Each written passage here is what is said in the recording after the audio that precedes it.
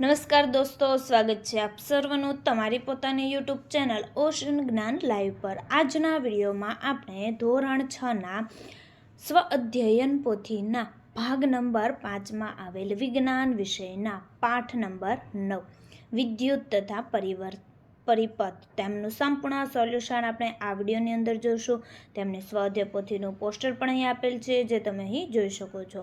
તો ચાલો વિદ્યાર્થી મિત્રો, આપણે શરૂઆત કરીએ। પ્રશ્ન નંબર 1, નીચે આપેલા પ્રશ્નો માટે સાચો જવાબ પસંદ કરી તેનો ક્રમ ચોરસ બોક્સમાં જવાબ લખો। નંબર 1, નીચેના પૈકી કયો પદાર્થ વિદ્યુત સુવાહક નથી? જવાબ આવશે A, કાપડનો ટુકડો। નંબર 2, બલ્બમાં કેટલા ટર્મિનલ હોય છે? જવાબ આવશે B, 2। નંબર 3, આપેલ પદાર્થો પૈકી કયો પદાર્થ વિદ્યુત અવાહક નથી? જવાબ આવશે C, લોખંડની ચાવી। પ્રશ્ન 2, ખાલી જગ્યા પૂરો। નંબર 1, વિદ્યુત કોષમાં ઉપરની તરફ ધાતુની કેપ ખાલી જગ્યા ધ્રુવ છે અને નીચેની તરફ ધાતુની તકતી ખાલી જગ્યા ધ્રુવ છે, તો પહેલામાં આવશે ધન અને ઋણ। નંબર 2, પ્રકાશ ઉત્પન્ન કરતા બલ્બના પાતળા તારને ખાલી જગ્યા કહે છે ફિલામેન્ટ। નંબર 3, જે પદાર્થ તેમનામાંથી વિદ્યુત પ્રવાહનો પસાર થવા દે છે તે ખાલી જગ્યા છે સુવાહક। નંબર 4, થર્મોકોલ એ વિદ્યુતનું ખાલી જગ્યા છે અવાહક।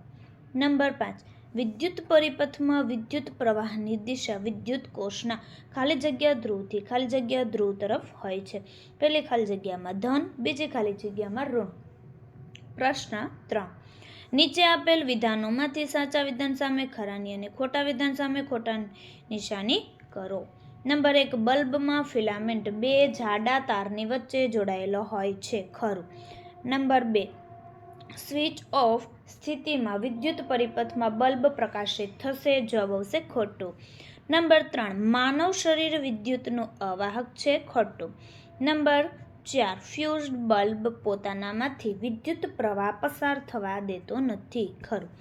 પ્રશ્ન 4, નીચે આપેલ પદાર્થોનું વિદ્યુત સુવાહકો અને વિદ્યુત અવાહકોમાં વર્ગીકરણ કરો। જોઈએ વિદ્યુત સુવાહકો અને વિદ્યુત અવાહકો। તો વિદ્યુત સુવાહકો જોઈએ લોખંડની ખીલ્લી, ધાતુની માપપટ્ટી, એલ્યુમિનિયમની પટ્ટી। અને વિદ્યુત અવાહકો તો દિવાસળી, રબર, કાચનો ટુકડો। પ્રશ્ન 5, નીચે આપેલ આકૃતિમાં બલ્બ પ્રકાશિત થશે કે નહીં તે કારણ સહિત જણાવો। જોઈએ પહેલું નંબર 1, તો કે બલ્બ પ્રકાશિત થશે નહીં કારણ કે બંને વાહક તાર વિદ્યુત કોષના એક જ ટર્મિનલ સાથે જોડાયેલ છે, પરિણામે પરિપથ પૂર્ણ થતો નથી।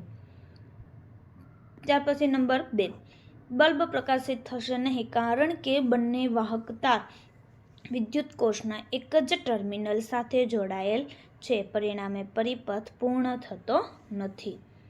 ત્યાર પછી નંબર 3, તો બલ્બ પ્રકાશિત થાય છે કારણ કે વાહક તાર બલ્બ અને વિદ્યુત કોષના બંને ટર્મિનલ સાથે જોડાયેલ છે, પરિણામે પરિપથ પૂર્ણ થાય છે। ત્યાર પછી નંબર 4, બલ્બ પ્રકાશિત થશે નહીં કારણ કે વાહક તાર વચ્ચેથી ખુલ્લો છે, પરિણામે પરિપથ પૂર્ણ થતો નથી। અને નંબર 5, બલ્બ પ્રકાશિત થશે નહીં કારણ કે વાહક તાર વચ્ચેથી ખુલ્લો છે, પરિણામે પરિપથ પૂર્ણ થતો નથી। અને નંબર 6, બલ્બ પ્રકાશિત થાય છે કારણ કે વાહક તાર બલ્બ અને વિદ્યુતના બંને ટર્મિનલ સાથે જોડાયેલ છે, પરિણામે પરિપથ પૂર્ણ થાય છે। વિદ્યાર્થી મિત્રો, ઓશન જ્ઞાન લાઈવની અંદર ધોરણ 6 થી 8ના વિદ્યાર્થીઓ માટે એક બ્રહ્માસ્ત્ર બેન્ચનું આયોજન કરેલ છે, જેમાં લોન્ચિંગ નિમિત્તે પ્રથમ 60 વિદ્યાર્થીઓને 60% ડિસ્કાઉન્ટ છે, જેમની પ્રાઇસ છે ₹2200। અહીં મોબાઈલ નંબર આપેલો છે 70 46 22 22 54 નંબર પર કોન્ટેક્ટ કરી શકો છો અને આપણી એપ્લિકેશન ઓશન જ્ઞાન લાઈવ તેના પરથી પણ મેળવી શકો છો, જેમાં વિષય છે ગણિત, વિજ્ઞાન, સામાજિક વિજ્ઞાન અને અંગ્રેજી। પ્રશ્ન 6, એક વાક્યમાં જવાબ આપો। નંબર 1, વિદ્યુત કોષ શામાંથી વીજળી ઉત્પન્ન કરે છે? વિદ્યુત કોષ રાસાયણિક પદાર્થમાંથી વીજળી ઉત્પન્ન કરે છે। નંબર 2, આપણે વીજળીનો ઉપયોગ કયા કયા હેતુ માટે કરીએ છીએ? આપણે વીજળીનો ઉપયોગ પ્રકાશ મેળવવા માટે, ઘરેલું ઉપકરણો જેમ કે પંખો, ટીવી, ફ્રીજ વગેરે ચલાવવા માટે, ગરમી અને ઠંડક મેળવવા માટે, રસોઈ કરવા માટે, સંચાર સાધનો જેમ કે મોબાઈલ અને કોમ્પ્યુટર માટે, ઉદ્યોગોમાં મશીનો ચલાવવા માટે તેમજ પરિવહન, શિક્ષણ અને ચિકિત્સા ક્ષેત્રે વિવિધ સાધનો ચલાવવા માટે કરીએ છીએ. નંબર 3, વિદ્યુત કોષનો ઉપયોગ ક્યાં ક્યાં કરવામાં આવે છે? તો કે વિદ્યુત એટલે કે વીજળીનો ઉપયોગ નીચેના કાર્યો કરવા માટે થાય છે. નંબર 1, કૂવામાંથી પંપ દ્વારા પાણી બહાર કાઢવા માટે. નંબર 2, જમીન પરની ટાંકીમાં ભરેલા પાણીને અગાસી કે ધાબા પરની ટાંકીમાં પહોંચાડવા. નંબર 3, ઘરઘંટી વડે અનાજ દળવામાં. નંબર 4, લિફ્ટ દ્વારા ઉપરના માળે જવા તથા નીચે આવવા. નંબર 5, ઘરમાં, ઓફિસોમાં તથા કારખાનામાં પ્રકાશ મેળવવા. નંબર 6, કારખાનામાં મશીનો ચલાવવા. નંબર 7, ઘરના સાધનો જેવા કે મિક્સર, એસી, રેફ્રિજરેટર, વોશિંગ મશીન, ઇસ્ત્રી વગેરે ચલાવવા. નંબર 4, વિદ્યુત કોષને કેટલા ધ્રુવ હોય છે? ક્યાં ક્યાં? વિદ્યુત કોષને 2 ટર્મિનલ ધ્રુવો છે, ધન ટર્મિનલ અને ઋણ ટર્મિનલ. નંબર 5, વિદ્યુત બલ્બ ફ્યુઝડ થયો ક્યારે કહેવાય? તો બલ્બના અંદરના ભાગમાં જોતા ફિલામેન્ટ તૂટેલો માલુમ પડે તો બલ્બ ફ્યુઝ થયો છે એમ કહી શકાય. પ્રશ્ન 7, વૈજ્ઞાનિક કારણ આપો. નંબર 1, વિદ્યુત તારનું આવરણ પ્લાસ્ટિક અથવા રબરનું રાખવામાં આવે છે. તેમનો જવાબ અહીં આપેલ છે જે તમે જોઈ શકો છો. નંબર 2, વિદ્યુતના તાર બનાવવા સૂતરનો તાંતણો વાપરી શકાતો નથી. નંબર 3, જીવંત વીજળીના તાર કે સોકેટ સાથે પ્રયોગ કરવો જોઈએ નહીં. તેમનો જવાબ પણ અહીં આપેલ છે જે તમે અહીં જોઈ શકો છો. પ્રશ્ન 8, આપેલ આકૃતિમાં નામ નિર્દેશન કરો. અહીં આકૃતિમાં જોઈએ નામ નિર્દેશન તો A બલ્બ, B પરાવર્તક, C પ્લાસ્ટિક કવર આવરણ, D સરકતી સ્વિચ અને E વિદ્યુત કોષ. પ્રશ્ન 9, તમારી આસપાસ મળી આવતી ચીજવસ્તુમાંથી સાદી વિદ્યુત કળ કેવી રીતે બનાવશો તેની આકૃતિ દોરી વર્ણન કરો.